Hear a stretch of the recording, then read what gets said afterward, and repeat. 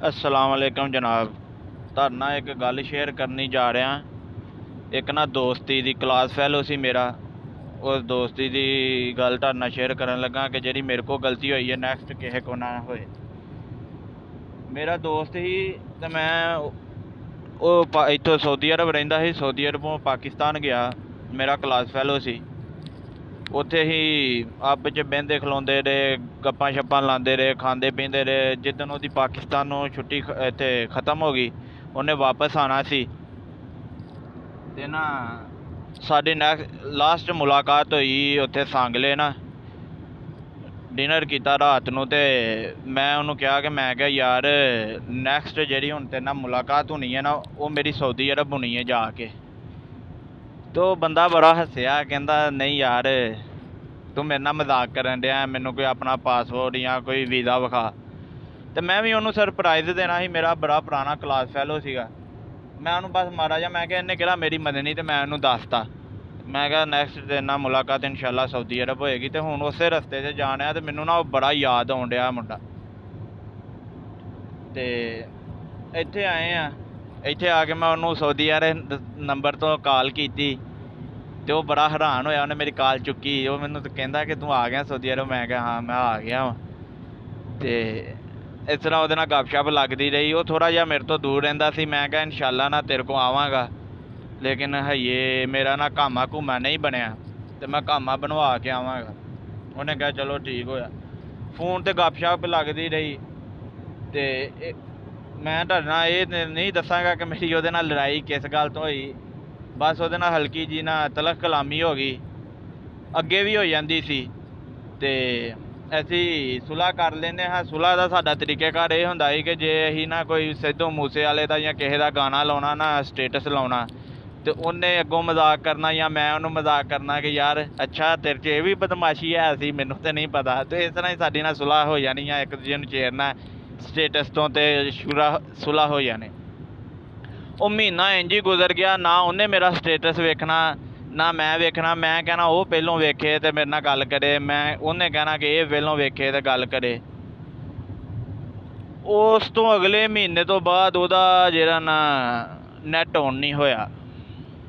ਖੈਰ ਮਹੀਨਾ ਨਿਕਲ ਗਿਆ ਤੇ ਮੈਂ ਉਹਨੂੰ ਕਿਹਾ, ਮੈਂ ਦਿਲ 'ਚ ਇਹੀ ਸੋਚਿਆ, ਮੈਂ ਕਿਹਾ ਚੱਲ ਯਾਰ ਹੁਣ ਆਪ ਹੀ ਉਹਦੇ ਨਾਲ ਰਾਬਤਾ ਕਰਨੇ ਆ। ਉਹ ਇਹਦੇ ਵਿੱਚ ਹੀ ਇੱਕ ਹੋਰ ਮਹੀਨਾ, 2 ਮਹੀਨੇ ਹੋ ਗਏ ਨਾ ਇਸ ਤਰ੍ਹਾਂ ਹੀ। ਇੱਕ ਦਿਨ ਦੁਪਹਿਰ ਨੂੰ ਮੈਨੂੰ ਰੈਸਟ ਹੋਈ ਕੰਮ ਤੋਂ ਤੇ ਮੈਂ ਕੀ ਕੀਤਾ ਕਿ ਫੇਸਬੁੱਕ ਖੋਲ੍ਹੀ। ਫੇਸਬੁੱਕ ਖੋਲ੍ਹ ਕੇ ਤੇ ਮੈਂ ਚਲਾਉਣੀ ਸ਼ੁਰੂ ਕੀਤੀ। ਜੋ ਉੱਤੇ ਅੱਗੇ ਨਾ ਉਹਦੀ ਵੀਡੀਓ ਆਈ, ਤਸਵੀਰ ਆਈ ਤੇ ਉਹਦੇ ਉੱਤੇ ਲਿਖਿਆ ਸੀ ਇੰਨਾ ਲਿਲਾਹਿ ਵਾ ਇੰਨਾ ਇਲੈਹਿ ਰਾਜਿਊਨ। ਤਾਂ ਮੈਨੂੰ ਉਹ ਗੱਲ ਬੜੀ ਚੇਤੇ ਆਉਣ ਡਈ ਹੈ। ਮੈਂ ਉਸੇ ਰੋਡ 'ਤੇ ਜਾਣ ਡਿਆ, ਮੇਰੇ ਪੈਰਾਂ ਥੱਲੋਂ ਜ਼ਮੀਨ ਨਿਕਲ ਗਈ। ਮੈਂ ਕਿਹਾ ਇਹ ਕੀ ਗੱਲ, ਮੈਨੂੰ ਕਿਸੇ ਬੰਦੇ ਦੱਸਿਆ ਹੀ ਨਹੀਂ। ਇਹ ਮੇਰੇ ਬੜੇ ਖਿਆਲ ਜ਼ਿਹਨ 'ਚ ਆਏ। ਫਿਰ ਮੈਂ ਉਹਦੀ ਆਈ ਡੀ 'ਤੇ ਗਿਆ, ਮੈਂ ਉਹਦੇ ਨੰਬਰ 'ਤੇ ਕਾਲਾਂ ਕਰਾਂ, ਕਾਲ ਨਾ ਜਾਏ। ਮੈਂ ਬੜੇ ਪਰੇਸ਼ਾਨ ਹੋ ਗਿਆ। ਇਸ ਤਰ੍ਹਾਂ ਕਰਦਿਆਂ ਕਰਾਉਂਦਿਆਂ ਥੋੜ੍ਹਾ ਉਹਦੇ ਜਿਹੜੇ ਦੂਸਰੇ ਕਲਾਸ ਫੈਲੋ ਸੀ ਉਹਨਾਂ ਨੂੰ ਮੈਂ ਪੁੱਛਿਆ, ਮੈਂ ਕਿਹਾ ਇਸ ਮੁੰਡੇ ਨੂੰ ਕੀ ਹੋਇਆ ਯਾਰ। ਉਹਨਾਂ ਦੱਸਿਆ ਯਾਰ ਕੀ ਉਹਨੂੰ ਕਹਿੰਦੇ ਨੇ, ਇਹਨੂੰ ਨਾ ਦਿਮਾਗ ਨੂੰ ਕੈਂਸਰ ਹੋ ਗਿਆ ਸੀ ਤੇ ਇਸ ਤਰ੍ਹਾਂ ਹੀ ਇਹ 6-7 ਦਿਨਾਂ ਦੇ ਵਿੱਚ, ਇਸ ਤਰ੍ਹਾਂ ਮਹੀਨੇ ਦੇ ਅੰਦਰ ਅੰਦਰ ਹੀ ਇਹ ਫੌਤ ਹੋ ਗਿਆ। ਬਹੁਤ ਸਪੀਡ ਨਾਲ ਹੋਇਆ, ਸਾਨੂੰ ਤਾਂ ਪਤਾ ਹੀ ਨਹੀਂ ਲੱਗਾ। ਡਾਕਟਰਾਂ ਨੇ ਜਵਾਬ ਦੇ ਦਿੱਤਾ ਦਿਮਾਗ ਉਹਦਾ ਯਕਦਮ ਕੰਮ ਕਰਨਾ ਛੱਡ ਗਿਆ ਸੀ, ਇਹ ਤੇ ਉਹ। ਖੈਰ ਮੈਂ ਕਿਹਾ ਯਾਰ ਮੇਰੀ ਉਹਦੇ ਭਰਾ ਨਾਲ ਕਿਸੇ ਨਾਲ ਗੱਲ ਕਰਾਓ। ਉਹ ਮੈਨੂੰ ਜਾਣਦੇ ਵੀ ਸਨ। ਉਸ ਭਰਾ ਜਿਹੜੇ ਮੈਨੂੰ ਜਾਣਦੇ ਸਨ ਉਹ ਵੀ ਸਊਦੀ ਅਰਬ ਸਨ। ਉਹ ਜਿਹੜਾ ਪਾਕਿਸਤਾਨ ਸੀ ਉਹ ਕਹਿੰਦਾ ਸੀ ਕਿ ਯਾਰ ਉਹਦੇ ਨਾਲ ਮੇਰੀ ਗੱਲਬਾਤ ਹੋਈ। ਉਹ ਕਹਿੰਦਾ ਸੀ ਯਾਰ ਉਹਦਾ ਨਾ ਦਿਮਾਗ ਕੰਮ ਕਰਨਾ ਛੱਡ ਗਿਆ ਸੀ, ਕੁਝ ਮੈਡੀਸਨ ਇੰਝ ਦੀ ਤੇਜ਼ ਦਿੱਤੀਆਂ ਸਨ ਤੇ ਕਦੀ ਕਦੀ ਉਹ ਨਾਂ ਲੈਂਦਾ ਹੁੰਦਾ ਸੀ ਕਿ ਫੋਨ ਨਹੀਂ ਆਇਆ ਪਲੇਰਾਂ ਤੋਂ, ਫੋਨ ਨਹੀਂ ਆਇਆ ਪਲੇਰਾਂ ਤੋਂ। ਉਹ ਇਸ ਤਰ੍ਹਾਂ ਕਰਕੇ ਨਾ ਗੱਲ ਕਰਦਾ ਰਿਹਾ। ਤੇ ਮੈਂ ਕਿਹਾ ਯਾਰ, ਮੈਂ ਉਹਦੇ ਦੋਸਤਾਂ ਨੂੰ ਪੁੱਛਿਆ, ਉਹਨਾਂ ਕਿਹਾ ਯਾਰ ਪਲੇਰ ਅਸੀਂ ਉੱਥੇ ਪੜ੍ਹਦੇ ਰਹੇ ਹਾਂ ਤੇ ਇਹਦੇ ਕਈ ਯਾਰ ਸਨ, ਪਤਾ ਨਹੀਂ ਹੁਣ ਕਿਹਦਾ ਕਹਿਣ ਡਿਆ। ਖੈਰ ਇੱਕ ਦੋ ਨੂੰ ਉਹਨਾਂ ਰਾਬਤਾ ਵੀ ਕੀਤਾ। ਮੇਰਾ ਨੰਬਰ ਪਾਕਿਸਤਾਨੀ ਜਿਹੜਾ ਸੀ ਉਹ ਬੰਦ ਹੋ ਗਿਆ ਸੀ ਤੇ ਬਸ ਮੇਰੇ ਕੋਲ ਸਭ ਤੋਂ ਵੱਡੀ ਗਲਤੀ ਇਹ ਹੋਈ ਕਿ ਮੈਂ ਜਿਹੜਾ 2 ਮਹੀਨੇ ਸਬਰ ਕਰ ਗਿਆ ਕਿ ਉਹ ਮੈਨੂੰ ਫੋਨ ਕਰਦਾ ਹੈ ਤੇ ਉਹ ਸਬਰ ਮੈਨੂੰ ਇਹ ਸੀ ਕਿ ਉਹ ਸਬਰ ਕਰਨ ਡਿਆ ਕਿ ਮੈਨੂੰ ਉਹ ਕਰੇਗਾ। ਲੇਕਿਨ ਮੈਨੂੰ ਇਸ ਚੀਜ਼ ਦਾ ਪਤਾ ਹੀ ਨਹੀਂ ਸੀ। ਉਹ ਤਾਂ ਆਪਣਾ ਜ਼ਹਿਨੀ ਤਵਾਜ਼ਨ ਹੀ ਉਹਦਾ ਖ਼ਰਾਬ ਹੋ ਗਿਆ, ਖੋ ਗਿਆ।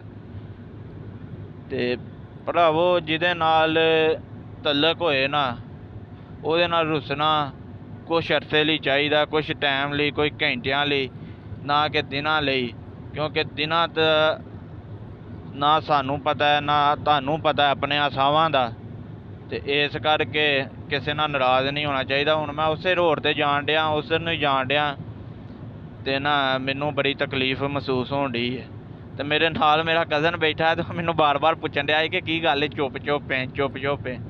ਅਤੇ ਮੈਂ ਕਿਹਾ ਯਾਰ ਚਲੋ ਇਸੇ ਬਹਾਨੇ ਮੈਂ ਨਾ ਸਾਰਿਆਂ ਨਾਲ ਆਪਣੀ ਇਹ ਗੱਲ ਸ਼ੇਅਰ ਕਰ। ਓਕੇ, ਅੱਲਾ ਹਾਫਿਜ਼।